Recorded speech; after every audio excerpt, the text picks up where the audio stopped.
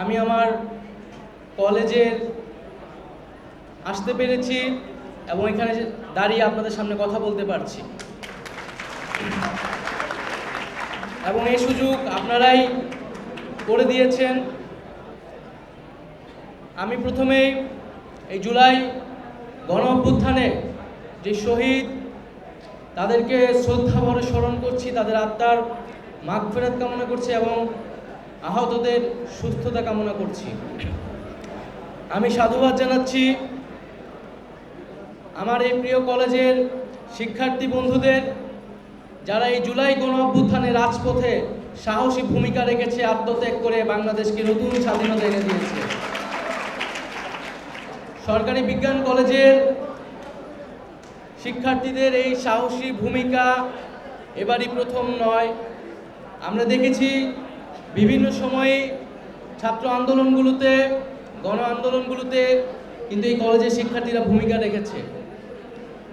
2018 সালের নিরাপদ সড়ক আন্দোলনেও কিন্তু এই কলেজের শিক্ষার্থীরা অনেক ভূমিকা পালন করেছিল, ফার্মগেট এলাকায়, শাহবাগ এলাকায়, এবং আমিও তখন ওই আন্দোলনের একজন সংগঠক ছিলাম। আমার সাথে তখন এই কলেজের জুনিয়রদের আমার কথা হতো।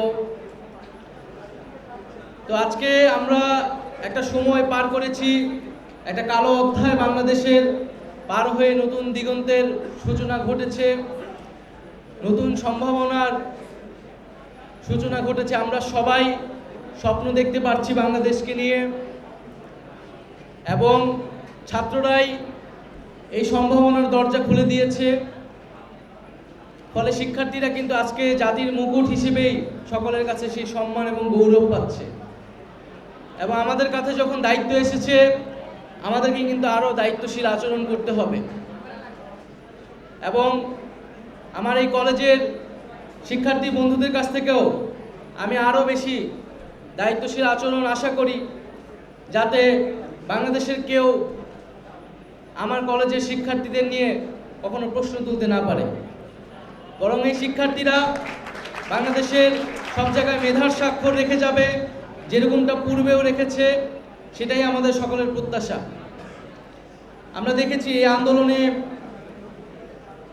বিশ্ববিদ্যালয় শিক্ষার্থীদের পাশাপাশি স্কুল, কলেজ, মাদ্রাসা শিক্ষার্থীদের কতটা সাহসী ভূমিকা ছিল।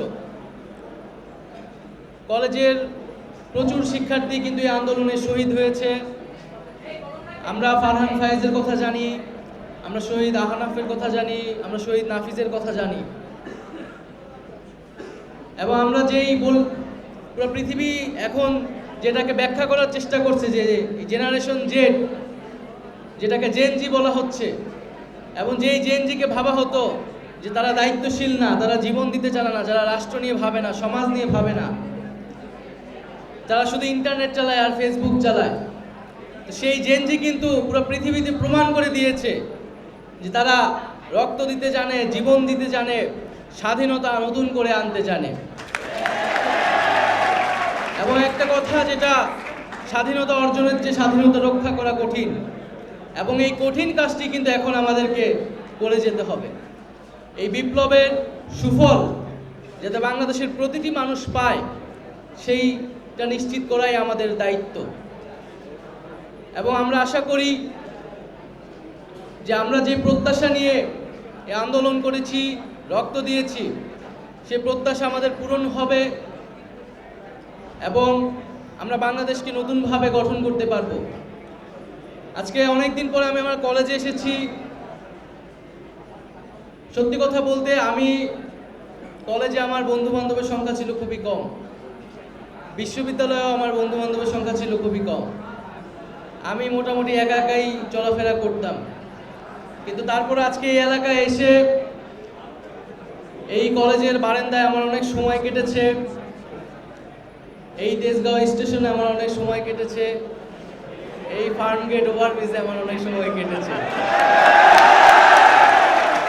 তো আমি জানি আপনাদেরও সেই সময়গুলো কেটেছে। আমরা এই কলেজে শিখেছিলাম একটি কবিতা, 18 বছর বয়স, এবং আমরা পড়েছিলাম যে কবির প্রত্যাশা ছিল যে এদেশের বুকে 18 আসুক নেমে, এবং বাংলাদেশে এই জুলাই মাসে সত্যি সত্যি 18 নেমে এসেছিল। ফলে কবি যেটা বলেছিলেন যে বয়স জানে রক্তদানের পুণ্য, আমরা কিন্তু সেই রক্ত দিয়েছি, আত্মত্যাগ করেছি। সবিকানরা সেই রক্ত দিয়েছে, আত্মত্যাগ করেছে। তো আমরা যাতে সেই আত্মত্যাগ, সেই রক্তদান, এত এত শহীদ, তাদেরকে সেই মর্যাদা দেই। এই জুলাই গণ অভ্যুত্থান আমাদের আত্মমর্যাদা নিয়ে দাঁড়াতে শিখিয়েছে। তারপরে আমি বলবো যে ছাত্রদেরকে, শিক্ষার্থীদেরকে কিন্তু নানাভাবেই বিতর্কিত করার চেষ্টা করা হচ্ছে। আমরা যাতে সেই জায়গায় সচেতন থাকি, দায়িত্বশীল আচরণ করি। খুব সাম্প্রতিক সময় আমরা দেখলাম যে ঢাকা শহরের খুবই সুপরিচিত দুইটি কলেজের মধ্যে বিবাদ, সংঘর্ষ হচ্ছে। এটি একেবারে অপ্রত্যাশিত। আমরা যাতে এই বিষয়গুলো সচেতন থাকি, কারণ এই বিভাদ, সংঘাত এগুলো কিন্তু ছাত্রদেরকে নেতিবাচক হিসেবে উপস্থাপন করতে সহায়তা করছে, এবং শিক্ষার্থীদেরকে, ছাত্রদেরকে যদি নেতিবাচক হিসেবে উপস্থাপন করা যায়, তাহলে এই অভ্যুত্থানকেও নেতিবাচক হিসেবে উপস্থাপন করা সহজ হবে। ফলে এই সুযোগ যাতে আমরা কাউকে না দেই।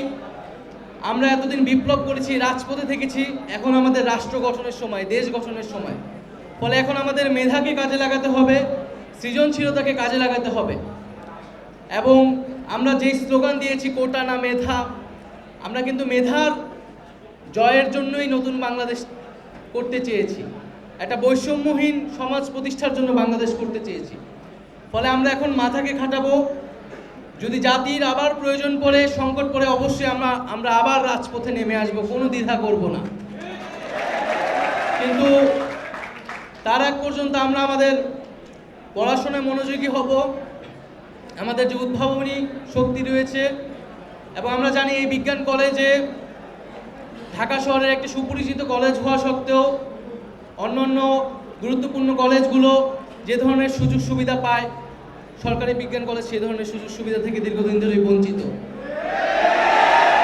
কিন্তু তা সত্ত্বেও এই কলেজের শিক্ষক, শিক্ষার্থীরা কিন্তু সেই সৃজনশীল ভূমিকা, সেই মেধার স্বাক্ষর সব জায়গায় রেখে যাচ্ছে। যদি সুযোগ সুবিধা দেওয়া হয়, আমি বিশ্বাস করি এই সাফল্য আরও অনেক গুণে বৃদ্ধি পাবে। এবং আমরা অবশ্যই সহায়তা করব, এটা আমার দায়িত্ব। এবং আমার কলেজের শিক্ষার্থীদের কাছ থেকেও আমরা সেই সাহায্য, সহযোগিতা এবং দায়িত্বশীল ভূমিকা প্রত্যাশা করছি। আমি আমার বক্তব্য দীর্ঘায়িত করব না।